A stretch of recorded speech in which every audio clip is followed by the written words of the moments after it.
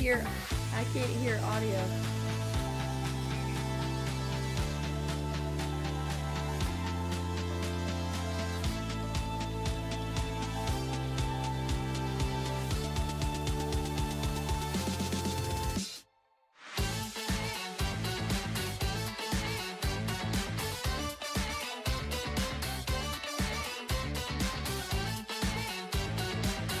You're listening to Can I Get a Witness by Ignite Ministry Global.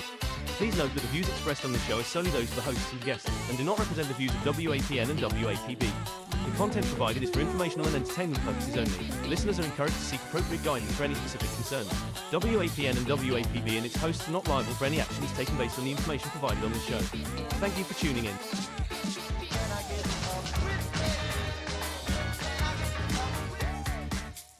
Woo! Welcome back, everybody, to Can I Get a Witness? My name is Jesse Amos, and you are live, I hope, maybe, possibly.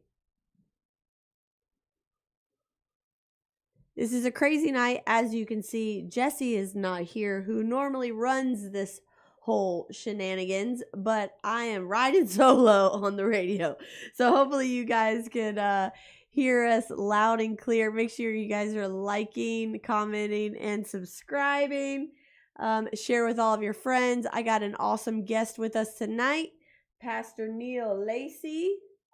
Say what's up. Hello, how's it going? Well, now, where are you from? I live in Edgewater, but our ministry, New Creation Center's in Oak Hill. Awesome. And then I do have Jesse. He's here. There he is. He's working right now. If you guys can see him, he is in a TV truck in Miami. Yeah, that looks like fun. I think we should switch. You should do this. I'm just kidding. Man, it has been an absolute crazy week between kids' events and sickness going through my house. I have a sinus infection. Jesse's been sick. He has been tearing up our whole yard, doing irrigation and planting plants and doing all kinds of shenanigans. I had the opportunity to baptize a young man on Sunday, which was really amazing. He is in 7th grade and has been helping out in the church, and he just really wanted to go all in and give his heart to Jesus, and I was honored to be able to baptize him. And man, isn't it so awesome, Neil? You were actually just talking to me a minute ago about how there's like younger people coming in Oak Hill, New Smyrna, Edgewater area. Like, it is so refreshing to see younger people coming to the faith and wanting to build the kingdom. Amen. You know, a year or so ago, I just heard this from the Lord. We're living in a year of Jubilee.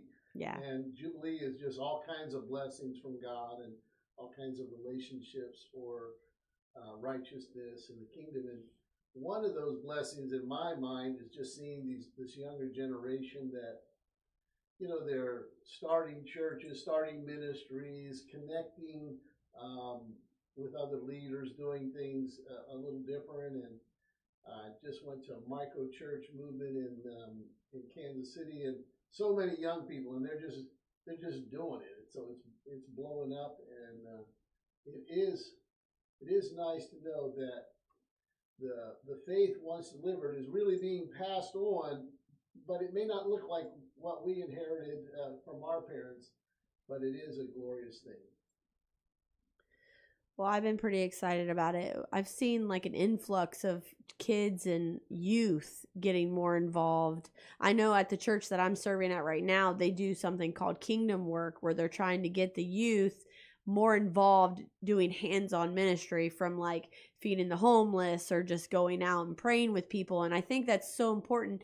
You were talking about raising your kids in like the organic church. Like, we are the church, and I think it's so important that we are engraving these concepts into our kids, where they're, from the time they're toddlers, they're growing up knowing what our purpose is, to serve others and to build the kingdom of God. And I just think it's really cool that we're starting to be able to see that, you know, more and more. So in our family, it was a little unusual because the two oldest children are quite a bit older than the youngest daughter. And so the older two only knew church. They only knew us as pastoring in the United Methodist Church. And my son was born while we were pastoring. And, for 18 years of his life, we were in the, Sunday morning prevailing model. And then our youngest was 5 when we transitioned into, at that time, we just called it the organic church. And, Right. And so they had very different experiences, but they're all doing well. And the youngest told us not long ago she didn't miss not having, let's say, Sunday school or youth group. She treasured the kind of way she learned to be the church wherever she was. Right. That's so awesome and so important. So I'm glad you came on. Neil came in to save me because Jesse couldn't be here, and he actually called to ask me a question about National Day of Prayer. And we're doing a business focus this year with National Day of Prayer, and you have some children, some daughters that have businesses. So you called me about that, and I was like, yeah, I'm just preparing to go on a podcast by myself. And you were not even hesitant and said, oh, well, you want me to tag along? And I'm like, yeah, sure, let's I'll do give it. you a witness. And I love it because you're going to be high energy and you'll be fun to talk about this particular subject with National Day of Prayer. I got another phone call actually right before you, a guy that he goes around a lot of Christian events. He has a business, he sells t-shirts and stuff. I mean, I've seen him at I don't know how many Christian events around the area, but he called me about the same thing about the business focus we're doing with NDP. And I was like, yeah, it's National Day of Prayer. And he's, and I think at first he was like, yeah, it's a Christian holiday. And I'm like, no, like this is a true to the core holiday that was presented by the U.S. Congress. And it is actually required by law that our president gives a proclamation to the American people to pray on that day. And I don't think people even realize they think of Easter, they think of Christmas, they think of these things, but they don't think that National Day of Prayer is something that really needs to be celebrated and put some weight on, when I think it's one of the most important. Like, I feel like, Christmas and Easter, like we should be celebrating Christ's life, birth, death, resurrection in our lives every day. But prayer, for all of us to come together in unity and pray, I just think that that's like one of the most important things that we can do right now as a culture, is to come together and pray.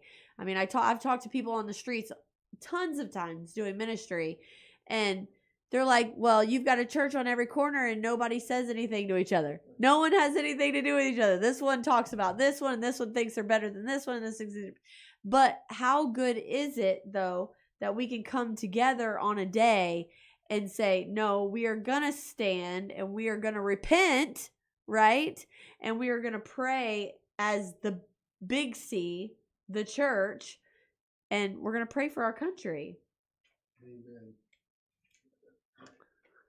Well, I guess one of the things that go further back in history than even our country is that when the Christian faith started, they didn't have a separation of how they serve God and how they live their society and how they educate their children and how they do business. Right.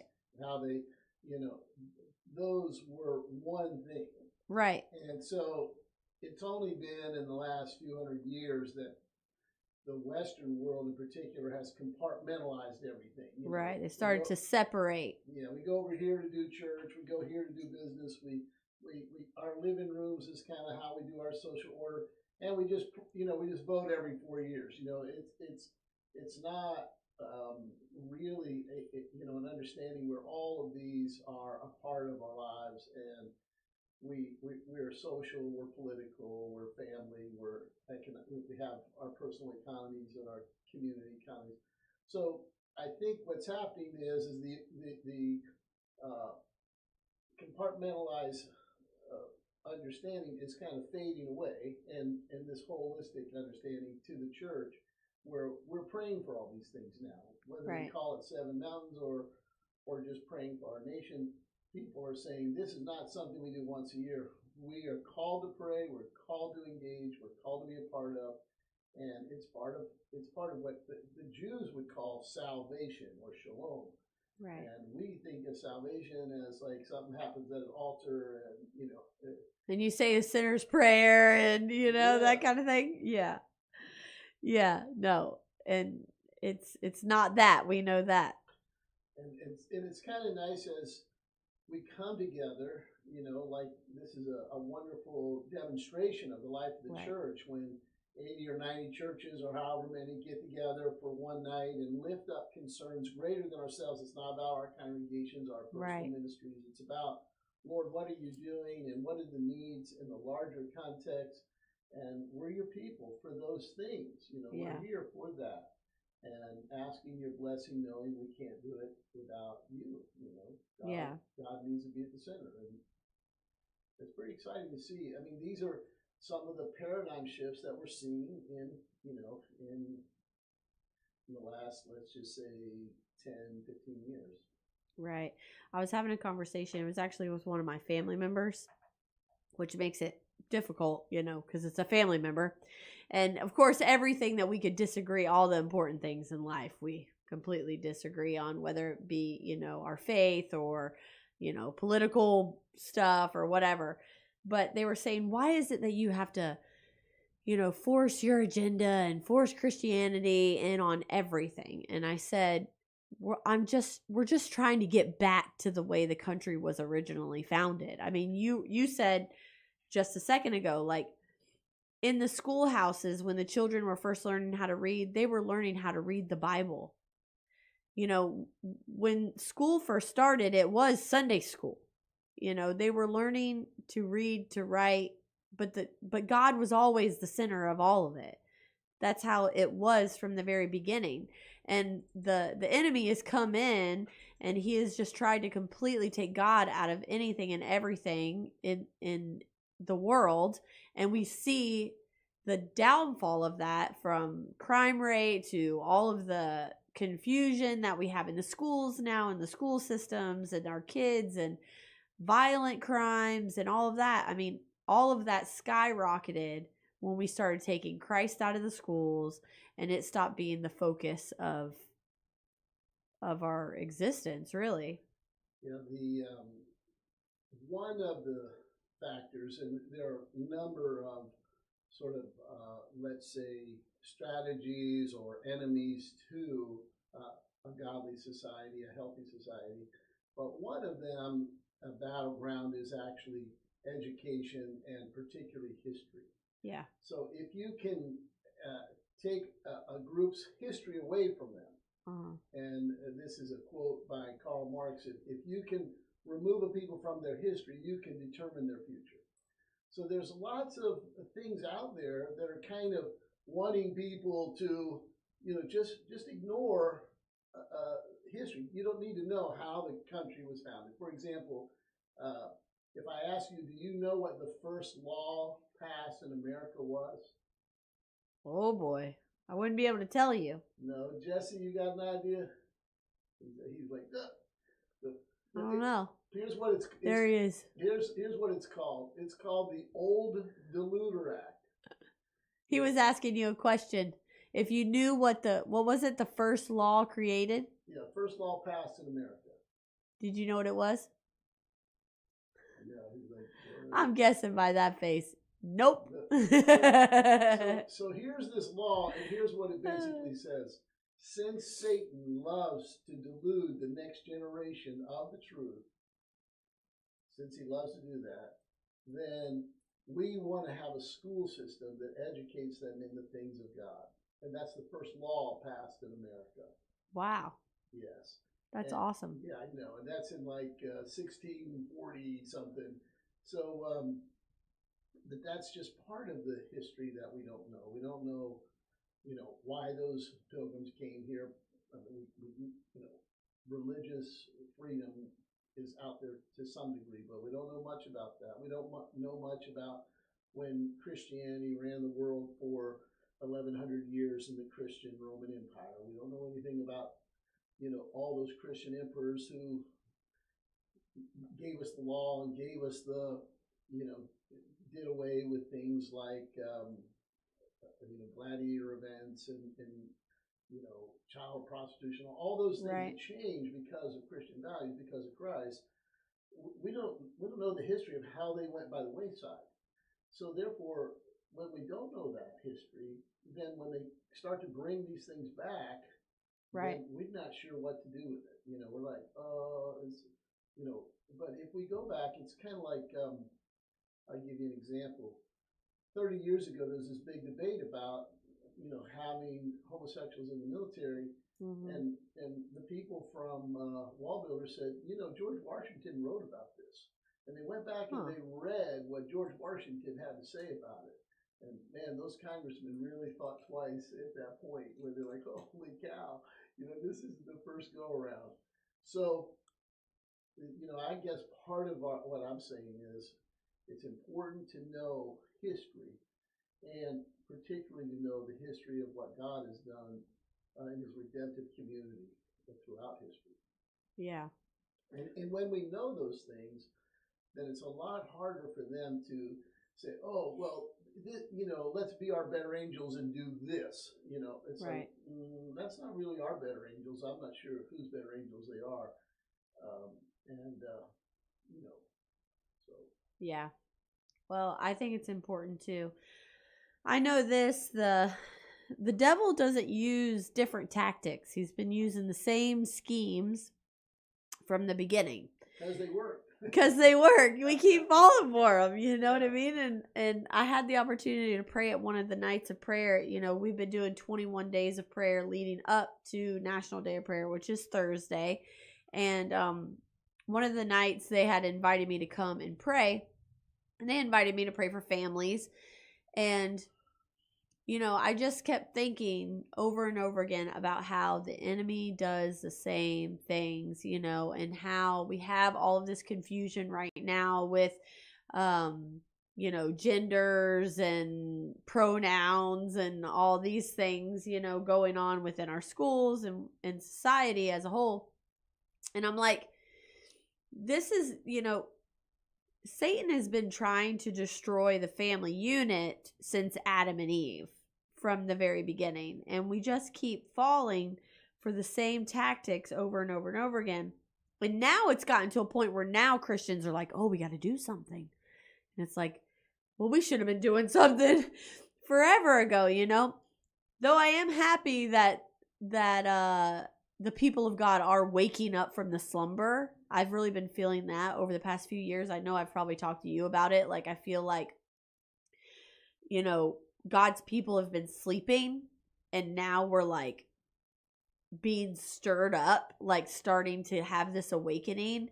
And that's why we're seeing things happen in like these college campuses and stuff throughout the United States, and these smaller places that are just having revival, like the Porch is having revival in that place all the time. I don't know how many people they baptized the other night. And that's a consistent thing that's happening.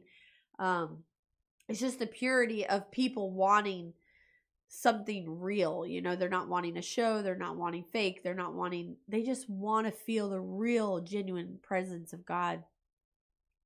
And I think we're seeing that more so now because people are waking up, from that stupor that we've been in and actually doing something about it. And it's pretty exciting to see. Well, as you say, there's many reasons to be encouraged, and sometimes, there's a psalm that says, "Revive us again, Lord," and in that psalm, he mentioned, like, if we're only here because of your grace. Like, right. We wouldn't have made it. We'd be like Sodom and Gomorrah, But he said, but he goes on to say, and I don't remember the song, but he says, there won't be anybody to sing in the choir. You know what I mean? It's like, yeah. So, and we have hymns, revive us again. And yet, I think what we're seeing is more than a revival.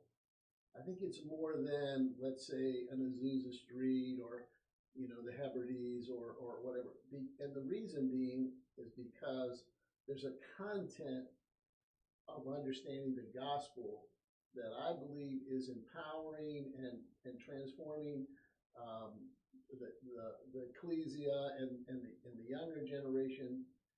That isn't simply, what's going to happen in the next world. I've been in congregations, and we can go to those maybe in our community, but up in the mountains where we go for a month or so every year, it's like we're singing about the great by and by. We're going to glory. We can't wait to die. Everything. And Jesus said it's supposed to happen in this life and the next. Right. We're supposed to bring in the new creation. We're supposed to bring in the glory of the Lord to cover the earth as the waters cover the sea. We're supposed to see everything that exalts itself against the knowledge of God torn down. And so I think the actual gospel of the kingdom is being deepened and starting to pervade more and more of people's understanding, and they're seeing the future in a different light than, it's all going to fall apart, and we're going to be running around running away from the Antichrist or something. There's a positive of what God says is going to happen through the nature of the church, and we're beginning to focus, and the church rising up to being a full stature bride, or every tribe and kindred having a witness, on and on. There's dozens and dozens of glorious things that God promises, and we're focused on those things. And so when you come in as a young person, I'll give you an example. In my life, when I became a Christian, the biggest problem I had for the first 2 years of my life was I didn't want to get raptured. I mean, every sermon I heard in Bible college and every sermon I heard from all these pulpits was, this is the end time. The clock is ticking down. He's coming back any minute. Here's all the proofs of the signs of the time. And I'm like, Lord, I just got saved. I'm sitting here in a classroom. I don't want a rapture. And I would go pray every day. And after about a year and a half, the Lord said to me, will you quit praying this prayer? He said, I can get all the good out of your life in 1 minute or in 100 years. You don't need to be worried about this. Well, that was almost 50 years ago. So, and I think that the focus on his will being done on earth and his kingdom coming and the new creation displacing Satan's kingdom is a great focus that's empowering people. We're not walking in fear of, what the enemy's going to do. The enemy's starting to worry about what we're doing. Right. Well, I mean, there's a lot of things that are happening around us, all this stuff with Israel, and I mean, it's an interesting time, Neil. I'm not going to touch that. We're not going to get too political. We'll stay on the ecclesia and prayer, the church and prayer. Amen. The church and prayer. Amen. You didn't want to touch that one, huh?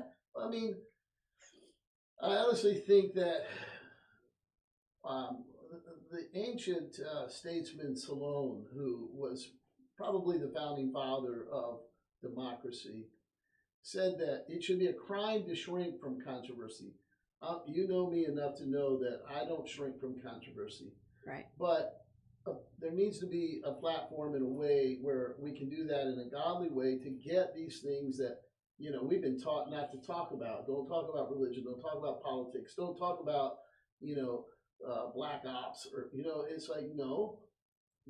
Those things done in secret need to be exposed to the light so that we learn from our mistakes, and we teach our government, we teach our educators and those who are ahead of our social order to obey everything Christ commands. Yeah. Amen. Okay, we'll steer back then. We will try to National Day of Prayer, which I think is super important. It's going to be on Thursday. It's at First Baptist Daytona Beach. Let me get the address real quick because I didn't have it pulled up. Let's see.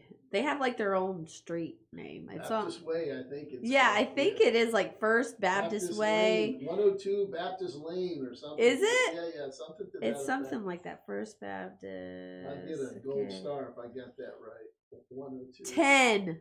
Oh. You were so close. Okay, so it's 10 First Baptist Parkway, Daytona Beach. It's off of Tomoka Farms Road. But anyway, so we're going to be there Thursday. We have a few more nights of prayer. So if you guys haven't caught one of those nights at one of the local churches, it's at a different church every single night for 21 days straight leading up to Thursday. So you can always go online and you can check and find out where they're going to be at on National Day of Prayer or ndpvolusia.org. You can go on there and find out where they're going to be at. But Thursday is National Day of Prayer. We're starting with the Unity Celebration, which a lot of people don't really know about because as long as this has been going on in Volusia County, actually this is the 25th anniversary for Volusia doing National Day of Prayer. So that's kind of cool, the 25th anniversary. It's so funny. Jesse is literally calling me. I'm like, do I answer him on my phone? Can't you push a button while I'm talking? So it's the 25th anniversary for National Day of Prayer, and we're doing the Unity Celebration before, which we just started like 4 years ago doing that. And it was kind of a vision that God had given me from doing outreach, and I had already mentioned it before. He kind of gave it to me from John 13, 34, and 35, which is a new command I give to you. Love one another as I have loved you, so you must love one another. By this, everyone will know that you are my disciple if you love one another. And so it was really came from that verse that Unity Celebration was even birthed. I felt like we needed... Oh, I can hear you, Jesse. Yes, I know. Hey. Yeah. We don't have his mic on. His mic is on. Let me see. Jesse. Hello. You gotta turn those up now. Wait a My minute. mic or... That meter should be full. The one inside. Okay, well, it's all the way up as high as it goes. Hello.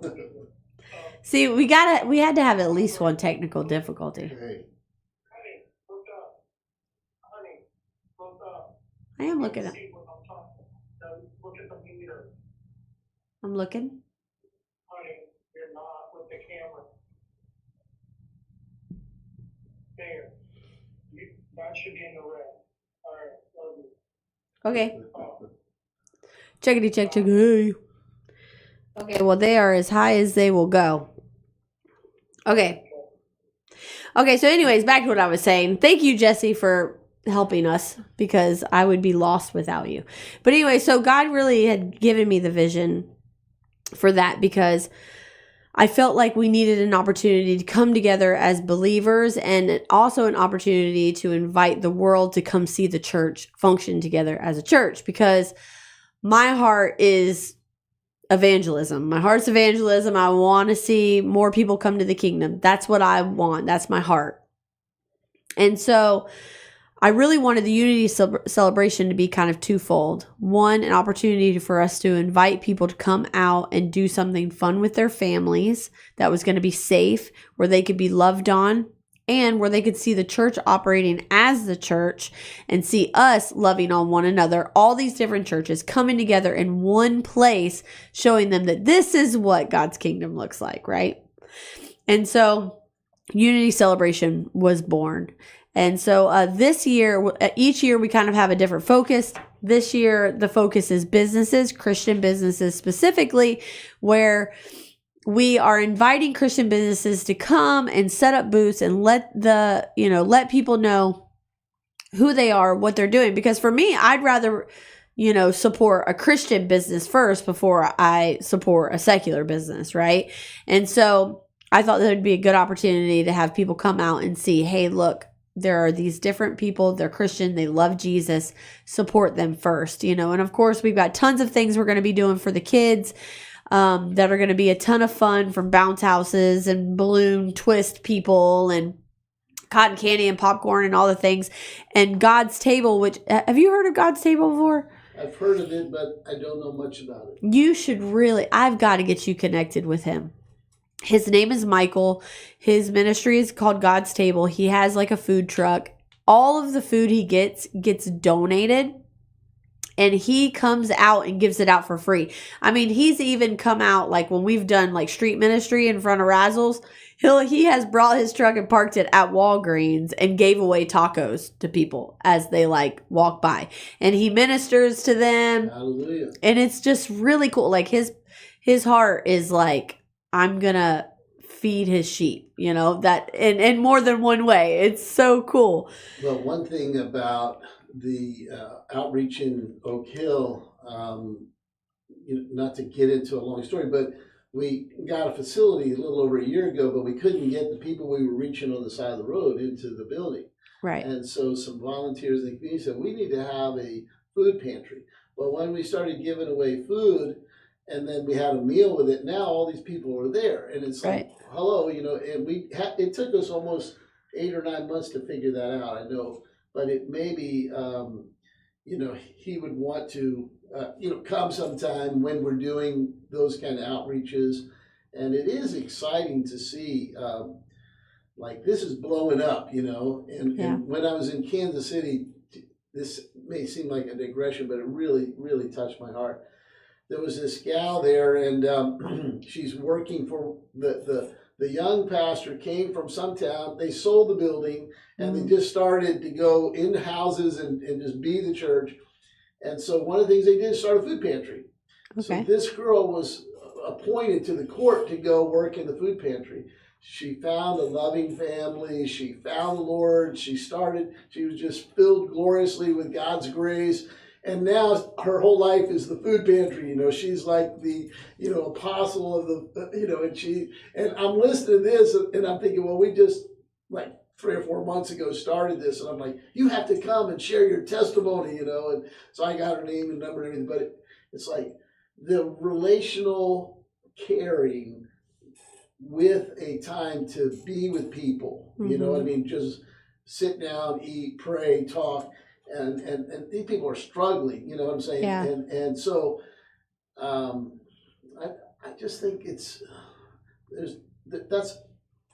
we need to have where we come and sing the old hymns and reminded of the faith and remember the Lord's table and those things. I'm not opposed to that, but we never needed to neglect being out there as a salt and light either. And that's what I think is happening with micro church and these underground church movements, is that we say that where we live, work, and play, the priesthood of believers is supposed to be the church. Well, we're starting to see that blow up in a way that's absolutely glorious. It is glorifying God because we're not compartmentalizing any longer. Yeah. Looking for real, authentic. Yeah, so God's table is welcome to come. He can help us outreach a Saturday, when we do that down in the southern part of the kingdom. Well, I'll have to introduce you to him on Thursday. Okay. Because he's doing all of the food. He's feeding everyone completely for free for National Day of Prayer. And he actually had done it when we were there like 4 years ago. I don't know if you remember. You were there. But we had food tents, yes, and I think we had like tacos and we had like some kind of Asian something and some kind of Italian like pasta style.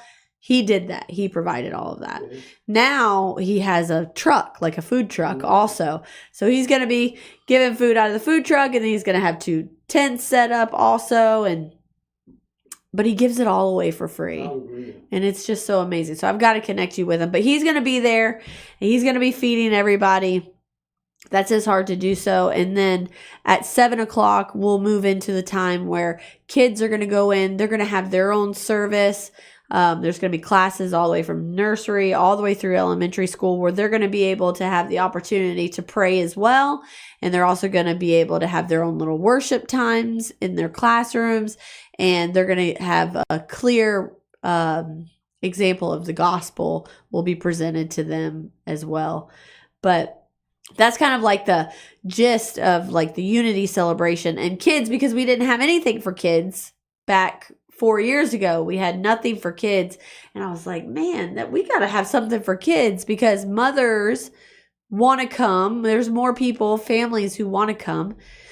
but they don't necessarily feel comfortable bringing their kids into the service. I mean, I know my crazy little 8-year-old son, little mini Jesse, would be bouncing off the walls for an hour and a half, which makes it very hard to focus. Which I think sometimes is very good for him to be in places like that. But well, I think one of the things about Volusia County, you know, I think the 21 days of prayer are exceptional. Not every county or region does that, and then to have this kind of outreach thing that you're talking about, it's almost as if it's a you know, in the old days we had Jesus festivals. You know, it's right. almost like a big celebration that has many facets to it, and I'm not sure how well that's being communicated. You know what I'm saying? Because I've been involved. I feel for a while that. and you know, I come and try to walk around and love on people, but I haven't.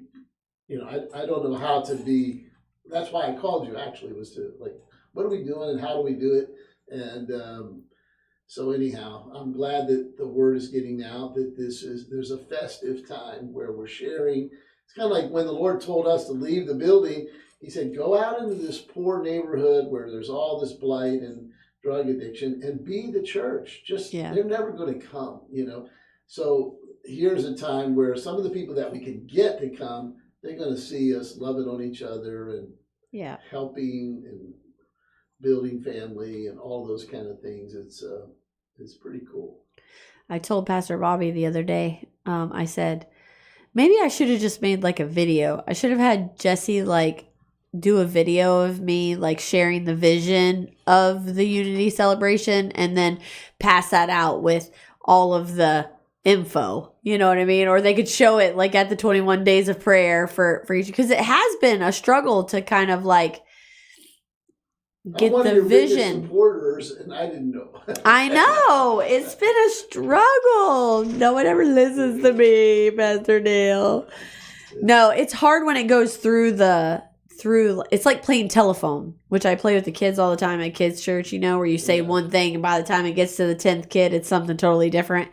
It's almost like that, you know, where it goes in, and you know. Anyways, I'm excited about National Day of Prayer. Amen. I'm excited about actually getting to go into National Day of Prayer, like in the service, because I never get to be in the actual service. Every year, I'm always, you know, running around, making sure everybody is in their places, you know, and make sure they don't need anything. So this year, I am going to go in and I'm going to worship and I am going to pray. And I'm very excited about making that a priority. Yeah. I appreciate you. No, thank you. So what days do you do your outreach there? Well, right now we have this food pantry giveaway and then a meal, and we're doing that on the third Saturday.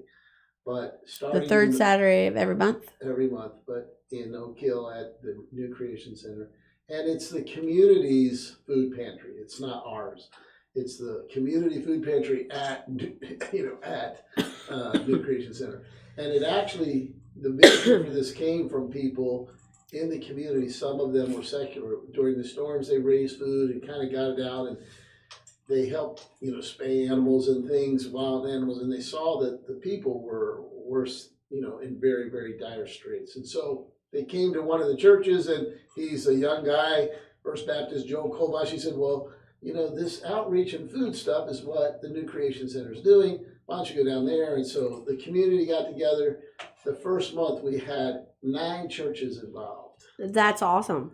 9 churches involved. And so we're starting kind of slow, but we'll end up doing another, you know, Saturday. And then between those 2 giveaways and meals, we'll have sort of and that's what we are, as an outreach. That'll be our outreach. Do you know the address of that? And get it closer to your mic so they can hear you really good. It's 150 Oak Street. 150 Oak Street, okay. Oak Hill. And just a block north of Maytown, Halifax. New Creation. Who is the pastor of New Creation? Myself. Just yourself? No, and Mike England. And Mike. Yeah, we co-pastor there. That's awesome. And we started almost 10 years ago, just going to the side of the road. And some people saw what we were doing. and said, we don't want you in the weather, and because in the wintertime, it gets kind of rough, and so it was a lot of imaginations, but we ended up with a brand new church facility, and we started to have, as you know, we started to have Sunday morning public worship, and the Lord kind of like, no, that's not it. So we just went back to outreach. So Thursday night, we have recovery ministry and recovery worship, and then we have these outreaches, and there'll be more things that are kind of added to it. We're actually thinking of having a fifth Thursday. You'll like this, Jesse. A fifth Thursday where worshipers and intercessors come together from the whole county, actually, if they'll come, and we're going to have a time of power encounter where people who are dealing with addiction and inner healing different can receive, after the worship and sharing, they'll receive prayer where the power of God. It's kind of like what John Wimber used to do. He used to have a time what he called tell and show. He would tell the gospel and then show the demonstration of the power of the Spirit. And this is not just like from our little ministry, but it's elders of Southeast Volusia saying, yes, we want people to have we don't want to say such as if I have give ID and we don't have the power of God. We want to minister deliverance and healing and the demonstration of God's power. So pray for these fifth Thursday nights. Thursday nights. Yeah, there's only 4 a year, so everybody who cares about, see, I was born out of a powerful miracle experience. So it's very difficult for me to not think that's real, number one. And right. Then number two, wonder, why doesn't that happen more often? And so that's kind of the genesis of that. Well, then if anyone that is listening wants to get connected with Neil, they could always contact us, either Jesse and I at igniteministryglobal.com. You can reach out to us there, and then we will get you connected with Pastor Neil and what he's doing there, and the food pantry, and the fifth Thursdays, and the recovery outreach and worship. I'm sure they could use some help there. And if that's your heart, you should definitely plug in there. So make sure you reach out to us. Also, if you want to help out with National Day of Prayer, we do still need help. We always need help. More and more volunteers, from the kids area to the nursery to really any facet there. You could always reach out to us directly, same website, or you could go to ndpvolusia.org. You can reach us there and let us know. We, of course, all could use the financial support as well. So reach out if you are praying about it or God's pressing on your heart to do something like that. Make sure you guys are coming out. National Day of Prayer Thursday starts at 5 o'clock. Prayer time starts at 7.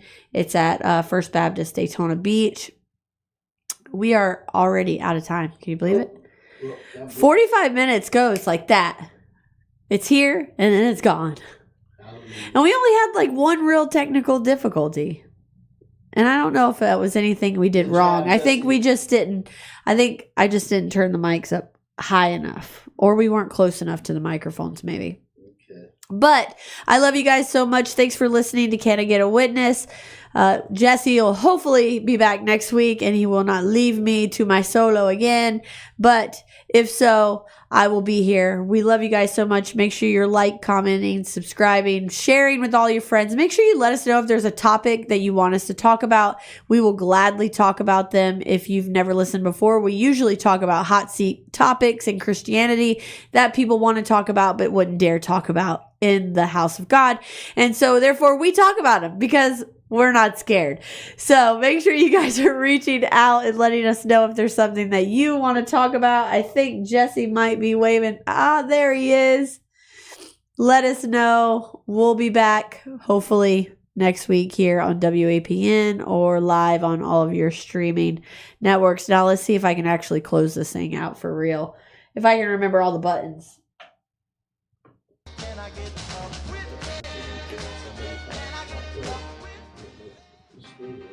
Maybe. Good job. Good job. You pulled it off, Jesse. Thanks for all the help, man. Hopefully we didn't go down too many rabbit trails. Hopefully. I'll be praying, you know,